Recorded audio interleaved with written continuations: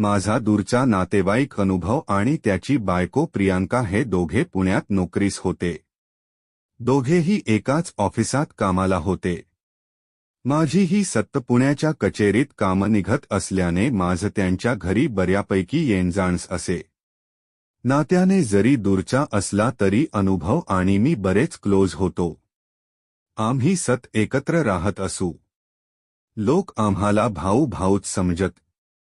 अनुभव स्वभावाने अगदी मुळी होता आणि खूप चिडखोर होता. परंतु मी गरजेच्या वेळी त्याला नेहमी मदत करत असल्याने तो माझ्यावर कधीच चिडत नसे. प्रियांका स्वभावाने तशी ब्री होती. पण ती कमालीची व्यवहारचतुर होती. अनुभवला प्रियांकासारखी बायको मिळाली म्हणून त्याचा संसार सुखाचा चालला होता. दिसायलाही प्रियांका बरीच होती. फार सुंदर होती असेही नाही. पण चारचौघीत शोभेल अशी होती. थोडीशी बुटकी, गोरीपान नितळ त्वचा, मध्यम कमनीय बंधा, मोठाले आकर्षक डोळे, हातभर लांबीचे केस. अगदी वेड लावत नसली तरी ती पुरुषांचे लक्ष आकर्षित मात्र नक्की करत असे. एकदा अनुभवला एकट्यालाच कंपनीने ट्रेनिंगकरिता दिल्लीला पाठविले. पण प्रियांकाचं माहेर दूर असल्यामुळे आणि तिला सुटी नसल्यामुळे तिला पुण्यात एकटे थांबणे भाग होते. नेमकं तेव्हाच मला पुण्यात कामानिमित्त मुक्काम घडला. आता अनुभव घरी नाही म्हटल्यावर मला त्याच्या घरी मुक्काम करणं योग्य वाटलं नाही. त्यामुळे मी सरळ स्वान इन गाठलं, रूम बुक केली आणि टीव्ही पाहत बसलो.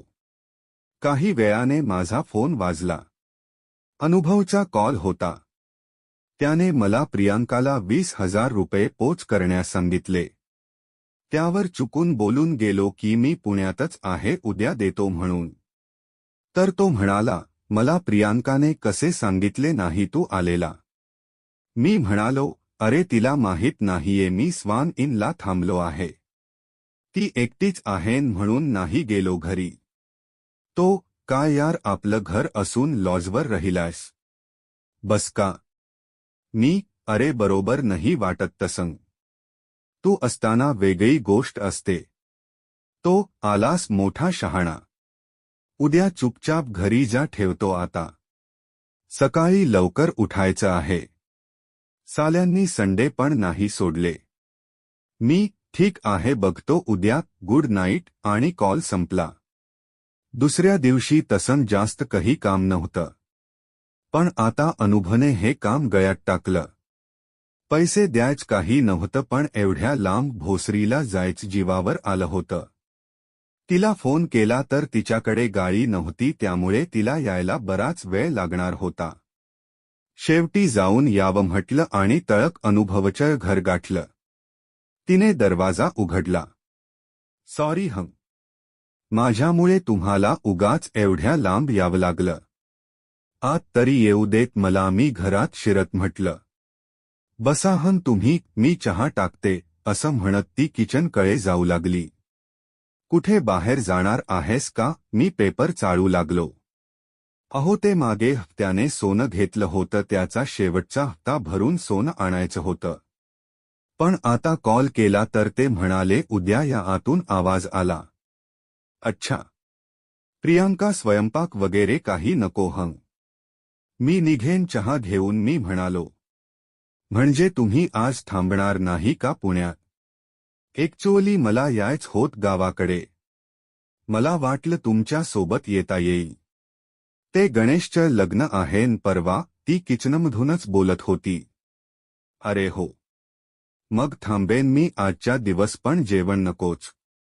उद्या सकाळी येईन मी घ्यायला तुला, मी म्हणालो. सकाळी येईन म्हणजे? राहणार कुठे? लॉजवर. सकाळीच अनुभव ओरडलेत मला, ती म्हणाली. बघू. एकतर तुमच्या फ्लाईटला बेडरूम नाही, मी म्हणालो. अहो हा मिळालाय तेच नशीब. आणि 2 लोकांना कशाला हवं मोठं घर, ती म्हणाली. तसं नाही ग. तुम्ही दोघेही मला इथेच राहायला सांगताय म्हणून म्हटलं. अहो आत्ता पण तर दोघंच आहोत न, ती हसली. प्रियांका, एक काम कर. चहा तूच घे आता. मी झोप काढतो एक. रात्री झोप नाही झाली व्यवस्थित. मी बेडवर पडलो. ती बाहेर आली. मी पण पडणारच होते. रात्री लाईट नव्हते. बिलकुल झोप झाली नाही. तिने बेडशेजारीच गादी अंथरली. मी डोळे किलकिले करून ती काय करते ते पाहत होतो. ती वाकून गादीवर बेडशीट घालत होती. तिने नारिंगी रंगाची साडी नेसली होती आणि काळ्या रंगावर लाल ठिपके असणारा ब्लाऊज घातला होता. केस मानेवर गाठ मारून मोकळे सोडले होते. गादीवरील बेडशीट सारखं करण्यासाठी ती गुडघ्यावर बसून वाकली आणि मला तिच्या स्थानांची फट दिसली. मी माझे डोळे गच्च मिटले. तिने बेडशीट व्यवस्थित केलं आणि उशी घेऊन पाठ टेकली. एक हात डोळ्यांवर आडवा आणि एक हात पोटावर ठेवून तिने डोळे मिटले. मी तिला केसांपासून पायाच्या बोटांपर्यंत न्याहाळू लागलो. तिचा एक हात डोळ्यांवर असल्याने त्या बाजूचा तिचा स्तन अर्ध्याहून अधिक उघडा पडला होता. तसेच तिचा ब्लाऊज तिच्या दंडात रोवला होता. छातीवरून तिरका गेलेला पदर थोडा खाली सरकून पदराच्या आणि ब्लाऊजच्या फटीतून तिचं गोरं गुलाबी पोट डोकावत होतं. नकळत मी बेडच्या अगदी कडेवर सरकलो आणि पालथा झोपून माझा एक हात मी कडेला रिकामा सोडला. असं वाटत होतं जणू ती मला निमंत्रणच देत होती. थोड्या वेळाने खात्री करून घेण्यासाठी मी तिला दबक्या आवाजात हाक मारली. पण काहीही प्रतिसाद आला नाही. माझी हिंमत आणखी वाढली. मी हळूच तिने जो हात डोळ्यांवर ठेवला होता त्या बाजूच्या तिच्या स्थानावर माझा हात ठेवला. तरीही काही हालचाल झाली नाही.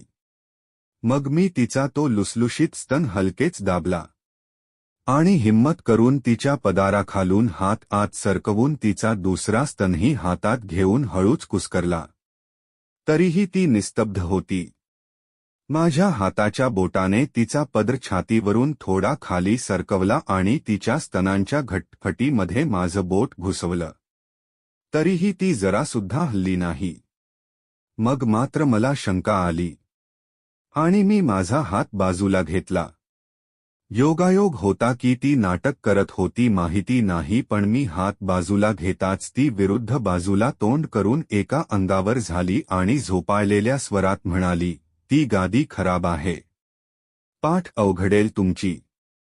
तुम्ही झोपा खाली. मी वर झोपे. मला वाटलं ती जागीच होती आणि त्यामुळे असं बोलत होती. म्हणून मी मुकाट्याने उठलो आणि तिच्या व बेडच्या मध्ये असलेल्या अरुंद जागेत कसाबसा अंग चोरून झोपलो. पण कदाचित ती माझ्याशी बोलून लगेच झोपी गेली असावी. ती काही तिथून उठली नाही. तिची पाठ माझ्याकडे होती. तिचा बांधा अतिशय आकर्षक होता. एका अंगावर झोपल्यामुळे तिच्या कमरेचा उंचवटा कमालीचा मादक दिसत होता. ब्लाऊजच्या आणि कमरेवरील साडीच्या मधून दिसणारी पाठीवरील मध्यरेषा तिच्या बांध्याला आणखीच खुलवत होती. तिच्या रुंद पाठीच्या ब्लाऊजमधून गोरी गोरी सपाट पाठ खूपच सही दिसत होती. ब्लाऊजच्या खालच्या पट्टीच्या दाबाने पाठीची मध्यरेषा आणखीच ठळक झाली होती.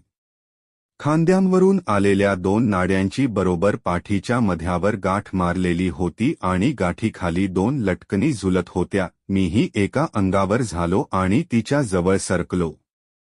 माझ्या लिंगाला तिच्या गोल गुबगुबीत नितंबांचा पुष्टसा स्पर्श झाला आणि त्याचा आकार वाढू लागला. मी तिच्या पदाराखालून अलगद माझा हात आत घातला आणि तिच्या पोटावर ठेवला आणि तिला माझ्या आणखी जवळ ओढले. कदाचित ती हलक्या झोपेतच होती. तीही मागे सरकली. माझं ताठरलेलं लिंग तिच्या नितंबांच्या फटीत घुसण्याचा प्रयत्न करू लागलं. मी तिच्या दंडावर किस करू लागलो आणि माझे बोट तिच्या बेंबीत घालून घुसळू लागलो. तिने अचानक माझा हात पकडला. मी घाबरलो आणि स्वतःला तिच्यापासून दूर करत विरुद्ध दिशेला तोंड करून पडून राहिलो. पण मला आता राहावत नव्हतं. थोड्या वेळाने मी पुन्हा तिच्याकडे तोंड केलं. आता ती पुन्हा उताणी झाली होती. मी माझे तोंड तिच्या मानेजवळ नेले आणि तिच्या शरीराचा सुवास घेऊ लागलो. आणखी 1 सेंटीमीटर जरी पुढे सरकलो असतो तरी तिच्या मानेला माझ्या ओठांचा स्पर्श झाला असता. माझे हात शिवशिवत होते. काय करावं सुचत नव्हतं. आणि तिने अचानक डोळे उघडले. मी अक्षरशः उडालोच. ती ओरडली, काय चालले हे भाऊजी? मी विरुद्ध दिशेला तोंड करून डोळे गच्च मिटून घेतले आणि काहीच बोललो नाही. ती तिथून उठली आणि वर बेडवर झोपली. ती जागीच होती आणि अतिशय घरलेली होती. मी मनातल्या मनात विचार केला, हे काय करून बसलो आपण? नुसत्या स्पर्शासाठी केवढी मोठी किंमत मोजणार आहोत आपण. केलं तर काहीच नाही. आता असंही प्रॉब्लेम होणारच आहेत तर मग सगळं उरकूनच टाकू. मी माझ्या मनाची पूर्ण तयारी केली आणि हळूच माझा शर्ट काढून टाकला. तिने ते पाहिले आणि ती बेडवर उठून बसली. भाऊजी, काय करताय तुम्ही? काय आहे तुमच्या मनात? यासाठी आलात तुम्ही इथे? किती विश्वास होता आमचा तुमच्यावर, ती म्हणाली. मी आलो इथे. मला अनुभवने पाठवलं. मी लगेच निघणार होतो तर तूच मला मुक्काम करायला सांगितलंस. आणि माझाही विश्वास आहे तुझ्यावर. तू कोणालाही काही बोलणार नाहीस, मी उसनं अवसान आणून बोललो. हो, चुकलंच माझं, ती म्हणाली. मग चुकीची शिक्षा भोगायला तयार हो आता. मी हसलो आणि उठून बेडवर तिच्या शेजारी बसत बोललो. शी, काय बोलताय तुम्ही? थोडा तरी विचार करा, ती थोड्या रागाने म्हणाली. हे बघ, मला बलात्कार वगैरे करण्यात इंटरेस्ट नाहीये बिलकुल. कशाला स्वतःला त्रास करून घेतेस? त्यापेक्षा ह्याची मजा घे, एन्जॉय कर. मला कुठून एवढं अवसान आलं कुणास ठाऊक. तिने तिचं तोंड हातात लपवलं आणि हुंदके देऊ लागली. मी तिचे दोन्ही खांदे माझ्या हातांमध्ये गच्च दाबून धरले.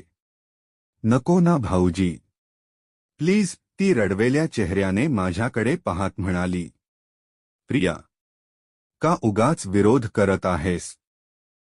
तर प्रोटेक्शन वापरेन मी तिला आणखी जवळ घेत म्हणालो. तिला हुंदका अनावर झाला आणि ती रडू लागली. मी तळक उठलो आणि शर्ट घालू लागलो. ठीक आहे, निघतो मी मग. आता परत इथे येणे नाही.